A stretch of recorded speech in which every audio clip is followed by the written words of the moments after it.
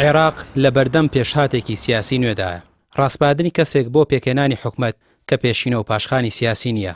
عەلی زەیدی گەورە بازرگان لە کاتێکدا بۆ پێکێنانی کابینی حکومەت ڕاستپێردرا کە وڵات لە ناو قەیرانێکی سیاسی قوڵ و ناوچەکەش بە قۆناغێکی هەسیاردا تێدەپەڕێت. بۆ کوردیش پرسیارە سەرەکیەکە ئەوەیە ئایا زەیدی دەتوانێت ململانێ و بربەستەکان تێپەڕێنێت و کێشە هەڵپەرسێدراوەکان بەرەو چارەسەر ببات؟ ڕاستیە حکوومەتە پێشوەکان لە ڕێگەی منهاج وزاریەوە نەیانتوانێت و مشکلانێک کە هەیە چارەسەری بکەن. چما بەڕێز عەلی زەیدی ئەتوانێت لە ڕێگەی منهاج وزاریەوە ئەو کێشانە چارەسەر بکە، چونکە چارەسەری ئەو کێشانە پێویستیان بە ئیرادەیەکی حەقیقی هەیە. ئێمە وا نابینین ئیرادەیەک هەبێ بۆ چارەسەرکردنی ئەو کێشانە، نەک لە لایەن عێراقەوە ئیرادە نییە، لایەن هەرێمی کوردستانیش ئیرادەیە نییە کەوا بێوێ ئەم کێشانە چارەسەر بکە. بۆ نمونە کاتێکەوە باز لەوەکەن کێشەی نێوان هەرێم و بەغدا چارەسەر بێ بە پێی قانونی نەوت و غاز چارەسەر بکرێن.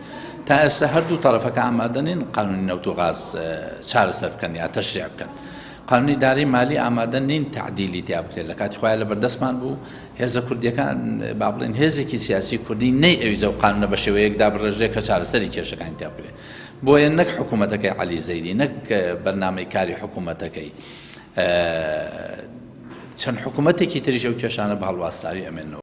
خير ما نفتتح به هذه الجلسة تلاوة من آيات. ئەندامانی ئەنجومەنی نوێنەرانی عێراق بە پێی شارەزایی و خوێندنەوەیان بۆ واقیعەکە بە دووری دەزانن ئەم کابینەیە بتوانێت زاڵ بێت بەسەر کێشە سیاسی و کارگێڕی قوڵەکاندا. زەیدی دوو خاڵی لاوازی هەیە کەوا دەکات دەسەڵاتەکانی زۆر لەوانی پێشخۆی لاوازتر بن. ئەوە جگە لەوەی کە فراکسۆنێکی بۆ پاڵپشتی خۆی نییە، کە ساتیەکی سیاسیش نییە. خلفيتي ئەم پیاوە سیاسی نییە. ئەمە واکە نقطة ضعف بێ، يعني چۆن چۆن سەرۆکوەزیرانە بێ هیچ کتلێکی پەرلەمانی لە پشتەوە نەبێ. ئەمە بخۆی پرسیارێکە، يعني ئەمە دلیلی ئەوەیە کە ئەو هێزانەی تاری تەنسیقی لە بەرەوەی ناتوانن لەگەڵ یەکتری ڕێکەون، مەجبور بوون شخصێکی تەوافقیان هێناوە.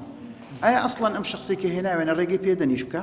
ئەو پرسیارەکەی ڕێگەی پێدەنیش بکە. من گومانم هەیە، من ڕەشبین نیم، واقع بینم، من گومانم هەیە عێراق لە چەقبەستنێکی قوڵایە. ئێمە وەکو پەرلەمان ئەبینە هاوکار بۆ ئەوی کێشەکان بەردەمی عەلی زەیدی لابین و بتوانین خزمەت بکەین کە ئەم چاکسازیە بتوانێت بکە. یەکەم ئەگەر خۆی بێوێ، دووەم بتوانێت بیکە، سێهەم ئەوانەی کاندیدیان کرد و ڕێگەی پێبن. من هیچ گومانم بەوانە باش نییە. ئەوانەی کە ئەمیان کاندید کردو کۆمەڵی حیزبن، عێراقیان بەم ڕۆژە گەیاندوو کە ئێستا هەیە. ئایا ئەتوانن ڕێگە بە ئەم بن کە چاکسازی بکە؟ هیوادارم وابێ. توفيق إن شاء الله وإحنا نموذج جاهزين ونمجلس النواب. شرۆڤە و خوێندنەوە سیاسیەکان بۆ ئاراستەیان کە عەلی زەیدی چونکە کاندیدی نەسازانی نێوان لایەنە شیعەکانە و بێ ئەزموونی سیاسی و بێ پشتیوانیە زیاتر دەکەوێتە ژێر فشاری لایەنە شیعەکان. بۆیە ئەستەمە کابینەکەی بتوانێت لەمپەرە سیاسیەکان تێپەڕێنێت و کێشەکان بە تایبەت لەگەڵ هەرێمی کوردستان بەرەو چارەسەر ببات. ڕامیا عوسمان، کەناڵی پێام، سلێمانی.